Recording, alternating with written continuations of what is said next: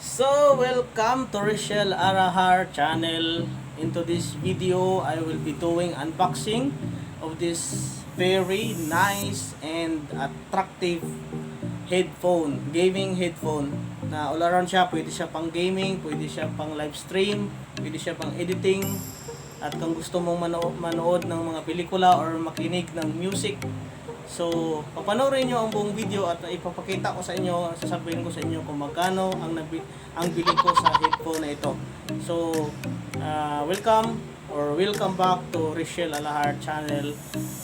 I am Nyorture TV and ako po yung nagrepresent sa kanyang channel ngayon. So, panoorin ang buong video in 3, 2, 1.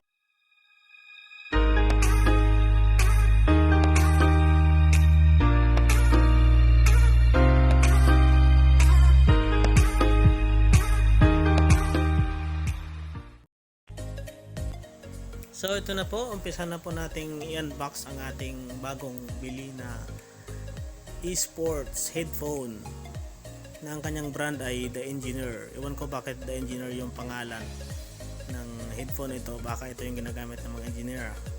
Hindi ko sure. Pero subukan nating buksan para makita natin ang kanyang laman sa loob. At may ipakita ko sa inyo yung feature sa headphone na ito. Kasi usually yung mga headphone na nakikita at nagagamit ko, yung isang adapter lang po, yung diretso lang sa cellphone or sa laptop. Pero ito ay na-amaze ako kasi tatlo yung feature niya. At ipapakita ko sa inyo kung ano yung gamit sa mga adapter o sa mga wire na makikita natin sa headphone na ito. Kung sa pag-observe ko, hindi ko alam na ito yung may mga stripe sa gilid. Akala ko design lang yan pero may function pala siya. So ayan may mga stripe siya. Pero maya makikita natin kung paano yan siya gumagana at kung ano yung function niya. So ito na ang kanyang setup. Ayan, makikita nyo, yan po yung mouthpiece para magsalita tayo habang naka-live or nag-games. Makikita natin ang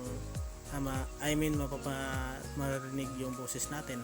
Ito yung adjuster niya, i-adjust natin kung extension something, kung gusto natin luwagan natin yung pagka setup sa ating tenga. At ang napaganda dito kasi may foam siya, hindi siya masakit sa tenga.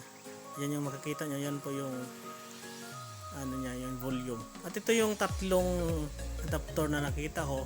Hindi ko alam kung ano yung function ng kulay red na stripe, pero yung kulay green, ito po yung sinasaksak sa cellphone. At ipapakita ko sa inyo mamaya kung ano yung function ng malaki na USB na adapter. So tara, subukan natin ipasok sa cellphone. Tan. So yan ang cellphone natin, Realme 5i. Hindi ito sponsor Ayan yung green, yung tandaan natin pag bumili kayo ng ganitong headphone. Yan yung isasaksak natin sa cellphone. Yan, wag natin buksan yung cellphone kasi private yan. Joke lang. So ayun na. At sa ito, yung malaking USB, ito makikita natin kung bakit meron siya ganito. At ngayon ko lang din nalaman na meron palang ganito sa headphone. Na dati kasi yung ginagamit ko walang ganito isang cord lang, isang adapter lang. Yan na, yung lights, yan pala yung purpose niya, bakit meron siyang ganun. Para mag-create ng lights na yung lights niya ay siya, faded siya at saka changing yung colors niya. Marami siyang color, blue, green, yellow, red, pink. Ayan, yun pala yung para may magandang tingnan habang nag-games ka, nag-live ka, merong magkikita. Ayan yung volume niya, kung gusto niyo hinaan, nakasan yung ating sound habang po tayo nag-stream, naka-live tayo. And then may pa yung ibang setup dito. Ito yung mouthpiece niya. Ayan yung mouthpiece para pag nagsalita tayo marinig pa rin sa live. And then yung kanyang foam na para hindi siya masakit sa tenga. maganda siya. At saka mayroon siyang screen na parang hindi siya, may hangin pa rin, dadaanan pa rin ng hangin. So yun na, ito na po yung testing ng kanyang ilaw. Ayan po yung ilaw niya. Ito sa gilid. Ito yung nagandahan ko sa headphone na ito. And then ang kanyang mouthpiece, ito yung mouthpiece niya dito. Ito yung na-flex ko kanina. Then, so ito yung napaganda. At saka meron siyang adjuster dito.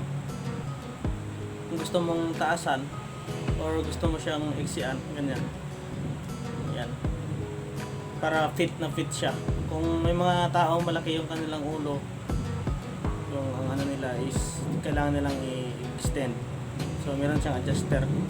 Then dito sa gilid, sa left side, meron siyang adjuster ng volume kung gusto mo siyang lakasan or hinaan. So yun lang yung share ko. Thank you for watching, and please don't forget to subscribe and support Rechel Alajar channel and also Nyorture TV. Thank you so much and God bless. Apo. Yan. Perfect. Mura lang.